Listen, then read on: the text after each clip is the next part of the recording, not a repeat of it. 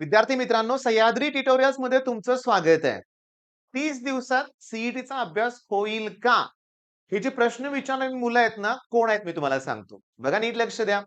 ग्रामीण भागात कॉलेजेसला जाणारी मुलं, क्लासेस नाहीयेत आणि जरी असले तर त्या ऑफलाईन मधल्या क्लास मधल्या शिक्षकांनी 2 वर्षात सीईटीचं काहीही घेतलं नाही.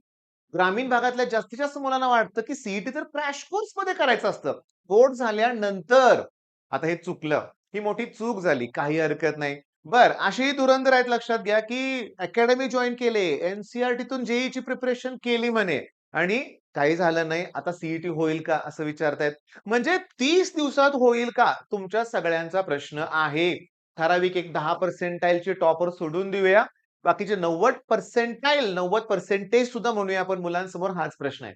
सुरुवात केली की मनात येतोय प्रश्न, होईल का? ओके, याचं उत्तर मिळणार आहे. याचं उत्तर मिळणार आहे तुम्हाला आणि सगळ्यात बेस्ट ते सोल्युशन असणार आहे. तर पहिली गोष्ट म्हणजे की 30 दिवसात माझं टार्गेट आहे. आता तुम्हाला मी सांगू का 30 डेज आणि 99.999% मी अगोदर काही केलं नाही बरं का. मी आता करणार आहे. सो तुम्ही आता सांगेल ती माझी करायची तयारी आहे. तुम्ही म्हणाल तसं, तुम्ही म्हणाल तेवढं मी अभ्यासाला बसतो. पण माझं टार्गेट हे आहे. हो, टार्गेट आहे, एम आहे. पण प्रॅक्टिकली सांगतो. प्रॅक्टिकली माझा एकच म्हणणं आहे. ध्येय मोठंच असलं पाहिजे. तुम्ही प्रयत्न खूप कराल, पण ते सुरुवातपासून करायला पाहिजे होते. केले का? नाही केले. मग द्यायचं का सोडून सर? कोण म्हणले सोडून द्यायचं? टार्गेट तर मागाचच होतं. आता प्रयत्न कसे असले पाहिजेत मी तुम्हाला सांगतो. पहिली गोष्ट म्हणजे कुठल्याही गोष्टीचा अभ्यास करताना मन शांत ठेवून तुम्ही जर अभ्यास केला, तर होणार आहे बरं का बाळांनो, नाहीतर नाही होणार. तुम्ही मनात जर टेन्शन घेतलं ना, माझं होईल का? आता हे होणारे कोण आहेत माहितीये का? हे सुद्धा हुशारच मुलं आहेत. 10वीला 95, 96, 97% मार्क असणारी मुलं आहेत, की होईल का? मला टेन्शन आलंय, तणाव आलंय, काय करू? याच्या उलट अधिक कमी पर्सेंटाइलचा मुलगा असू दे, 10वीला कमी पर्सेंटेजचा मुलगा असू दे.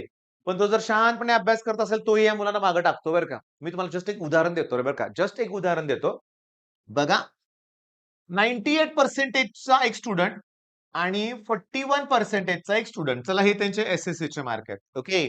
या स्टुडंटनं 2 वर्षात नाही म्हणलं तरी लाखो रुपये खर्च केले. 1 वर्ष गॅप पण घेतला तर कळालं असेल मला सांगायचं काय ते. आणि हा माझा स्टुडंट हा ॲक्चुअली 9th फेल. बघा 9वी फेल झाल्यानंतर ह्याचे पालक माझ्याकडे आले. ओके. आणि विचारलं, की "सर आम्ही 9वीतच परत बसवणार आहे त्याला." मी म्हटलं 17 नंबरचा फॉर्म भरायचा, 10वीला बसवूया. 41% मार्क पडले. पण 10वीत त्यानं जो अभ्यास केला, जे त्याचे एफर्ट्स होते, नंतर मी त्याला म्हटलं, की याला आपण सायन्सलाच घ्यायचं. घरात सगळ्यांनी नकार दिला. सगळ्यांनी नकार दिला. जमणारच नाहीये त्याला 9वी फेल मुलगा आहे. सायन्स कसा करेल तो? ऑब्व्हियसली नकार दिला. तर मी होतो ना, मी म्हटलं नाही सायन्सलाच घ्यायचं. मी तुम्हाला सांगतो 2 वर्षानंतर रिझल्ट लागला. याला 54% मार्क पडले आणि हिला पडले 42%. ओके. नीट, जेईई सगळे क्लासेस मोठे-मोठे लावून झाले होते बरं का. मी तुम्हाला सांगतो नीटचे क्लासेस होते. पुन्हा रिपीट करावं लागलं. बोर्डची काहीही तयारी झाली नव्हती. त्यामुळे बोर्डला कमीच मार्क पडले. पुन्हा रिपीट करून पुन्हा सांगता येत नाहीये मला. हे नीटवाले ना प्रचंड रिपीट करतात बाळांनो. शेवटी डोनेशन भरून कोट्यवधी रुपये खर्च करून डॉक्टर होतात. पण सांग काय वाईट आहे रिझल्ट? काय वाईट आहे रिझल्ट? पण ह्यानं माझ्यावर विश्वास ठेवला. आता सर सांगेल तसं. ओके. मी तुम्हाला बऱ्याच वेळा रिझल्ट पण दाखवलाय, की 50% च्या मुलांना सुद्धा 12वीत 94 पडलेत मॅथ्समध्ये. मी म्हणेल तसं ऐकायचं. आता काय ऐकणार तुम्ही सांगतो. पहिल्यांदा घ्यायचं लॉग टेबल. आता तुम्ही मला म्हणाल, "सर लॉग टेबल कशासाठी पाहिजे तुम्हाला?" आता इथं नाहीये माझ्याकडे लॉग टेबल जाऊ दे. मी तुम्हाला सांगतो लॉग टेबल कशासाठी पाहिजे? बरं आहे 1-2च मिनिटं मिळालं log table. Okay, log table. या लॉग टेबलमध्ये पहिल्याच पेजवर ना फॉर्म्युले आहेत. Okay. Quadratic equation, permutation combination, binomial theorem, summation of series. तुम्हाला सांगतो ही जे समेशन ऑफ सीरीज आहे ना, ही अगदी गेट सारख्या एक्झामसाठी इम्पोर्टंट आहे. पुन्हा लॉग कॅल्क्युलेशन्स. राहू दे, हे नकोय मला, हे नकोय. ट्रिगो. ट्रिगो स्टार्ट झालं. Sine C plus sine D two sine A sine B. Two sine A sine बीचा formula cos A minus B minus cos A plus B. Sine rule, cosine rule हे सगळे फॉर्म्युले आहेत. आणि domain, range, inverse trigonometric function सगळं दिलंय याच्यात. पण मला याच्यात काय हवंय? ट्रिगोचे फॉर्म्युले. अजून मी तुम्हाला सांगू का? अजून थांबा तुम्हाला दाखवतो मी. सगळं या लॉग टेबलच्या पहिल्या 4 पेजेसमध्ये सगळं आहे आणि मला पाहिजे कुठलं सांगतो. मला हे लागणार आहे. अल्जेब्रिक सम ऑफ आर, पुन्हा आर स्क्वेअर, आर क्यूब याचे फॉर्म्युले आपल्याला सीईटी साठी लागतातच. म्हणजे बाळांनो, पहिली गोष्ट म्हणजे हे बेसिक मला लॉग टेबलमध्ये लॉग कॅल्क्युलेशन नको आहे. पण काही बेसिक गोष्टी तुम्हाला पहिल्यांदा जमल्या पाहिजेत. युनिट्स कन्व्हर्जन वगैरे ह्या गोष्टी जमल्या पाहिजेत. आता मी तुम्हाला क्लिअरली सांगतो. शून्यातून सुरुवात जर करायची असेल, बघा मी काय म्हणतोय, शून्यातून सुरुवात करायची असेल, तर तुम्हाला माझी जी फिनिक्स बॅच आहे, परचेस करायची नाहीये. विकत घ्यायची नाहीये. ती 2027 ची बॅच आहे. पण त्याच्यामध्ये फिजिक्स आणि केमिस्ट्रीचे छोटे-छोटे 10-10 मिनिटाचे 4-5 व्हिडिओ आहेत. ते बघितलंच पाहिजे तुम्ही. कारण याच्यात मी सगळं ना युनिट कन्व्हर्जन शिकवलंय. अरे तेच तर लागतं ना सीईटीला. बेस लागतोय.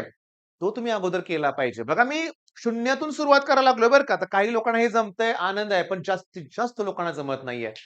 फिजिक्स, केमिस्ट्री त्यात पण मी मोल कन्सेप्ट घेतले. अतिशय इम्पोर्टंट. मग हे तुम्हाला कुठं जाऊन बघायचंय?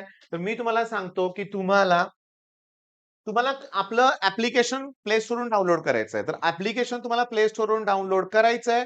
ओके. आणि त्याच्यामध्ये तुम्हाला वेगळ्या-वेगळ्या बॅचेस दिसणार आहेत. आणि त्यातल्या तुम्हाला ही जी फिनिक्स बॅच आहे ना, बघा मी काय म्हणतोय, या फिनिक्स बॅचमध्ये जावा. ठीक आहे. त्याच्यातल्या कंटेंटवरती क्लिक करा. ओके. आता मी प्ले करत बसत नाही बरं का, लक्षात घ्या. मला बाकीच्या गोष्टी पण सांगायच्या आहेत. आणि तिथं हे 2 व्हिडिओ हे 10-10 5 आणि 5 10 व्हिडिओ आहेत. 10 मिनिटाचे आहेत. सुरुवात तर करा ना. डायरेक्टली बघा अर्धवट ज्ञान कधीही अतिशय धोकादायक असते. एक तर झिरो नॉलेज असू दे, परफेक्ट असू दे, अर्धवट काही उपयोगाचं नाहीये. फिजिक्सचे एमसीक्यू सॉल्व्ह करायला जाताय. युनिट कन्व्हर्जन जमत नाही. मग काय उपयोग आहे? ते अगोदर बघून घ्या. तुमचा कॉन्फिडन्स वाढणार आहे मला माहिती आहे. ओके चला बेसिक तर क्लिअर झालं. फिनिक्स बॅचमधून फ्री.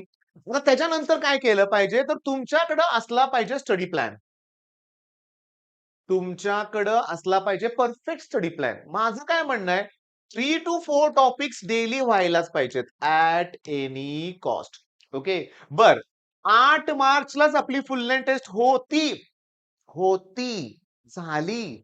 बऱ्याच मुलांना दिलं. त्यांनी एनालिसिस केलंय. मग तुम्हाला ती फ्री ठेवले अजून. तुम्ही हे ॲप्लिकेशनवर बघायचं. पण ते कुठं जायचंय तुम्हाला रँकर्स कोर्समधून.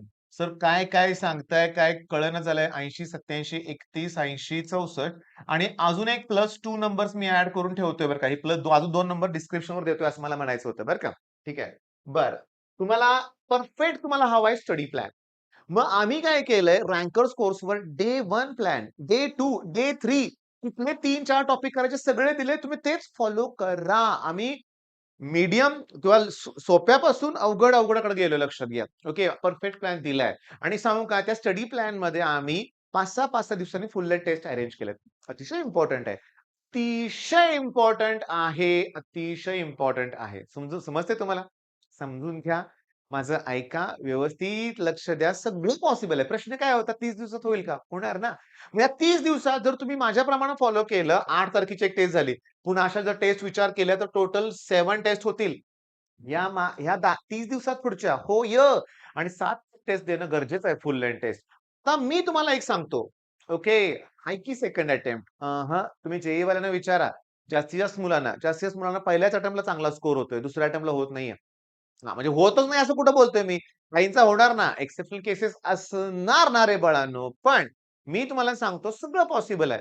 मग यासाठी मी तुम्हाला क्लिअरली सांगतो, की आपली रँकर्स बॅच घ्याच. अजून देखील तुम्ही ती बॅच पर्चेस करू शकता. ओके. मगाच्या फोनवर कॉल नक्की करा. त्यातला प्लॅन फॉलो करा. दरवर्षी हजारो मुलं त्यातून चांगला रिझल्ट मिळवतायत. मग सीओईपी असू दे, पी-आय-सी-टी असू दे, त्याच्यानंतर व्ही-जे-टी-आय असू दे लक्षात घ्या. वालचंद बेस्टच कॉलेज आहे. कुठल्याही कॉलेजमध्ये जा. आपल्या ऑफलाईन, ऑनलाईन क्लासची मुलं आहेतच तिथं आणि तुम्ही पण असणार आहे. ओके. मग आता काय होणारच आहे. स्टडी प्लॅन पाहिजे, आहे. तो एक्झिक्यूट करायचा आहे. टाईम टेबल हवाय तुम्हाला. सर आता मी आणखीन एक सांगतो. ऑफलाईनला जाताय, काय करताय? करताय अभ्यास? करताय ना? होतंय ना? तर ठीक. नसेल ना, तर बंद करा. सकाळपासून संध्याकाळपर्यंत अभ्यास करा घरीच मग. हो, घरी करा. आता माझ्या पण ऑफलाईन मधली काही मुलं घरी सेल्फ स्टडी करतात. आता करत असतील तर ठीक आहे. पण नसेल तर बघा स्टडी हॉल जॉइन केलाय आणि तिथं मित्रांबरोबर टाईमपास करताय. नाही चालणार. ते फ्री वायफाय नकोय. तुम्हाला कुणातरी मेंटॉरची गरज आहे. मी नेहमी सांगितलंय बरं का लक्षात घ्या. मेंटॉर हवाच आहे. झालं का कंप्लीट? केलं का? काय राहिलंय? का राहिलं? ह्या गोष्टी इम्पोर्टंट आहेत बरं का. मग आता कराल ना सगळा अभ्यास? होईल ना 31 दिवसात?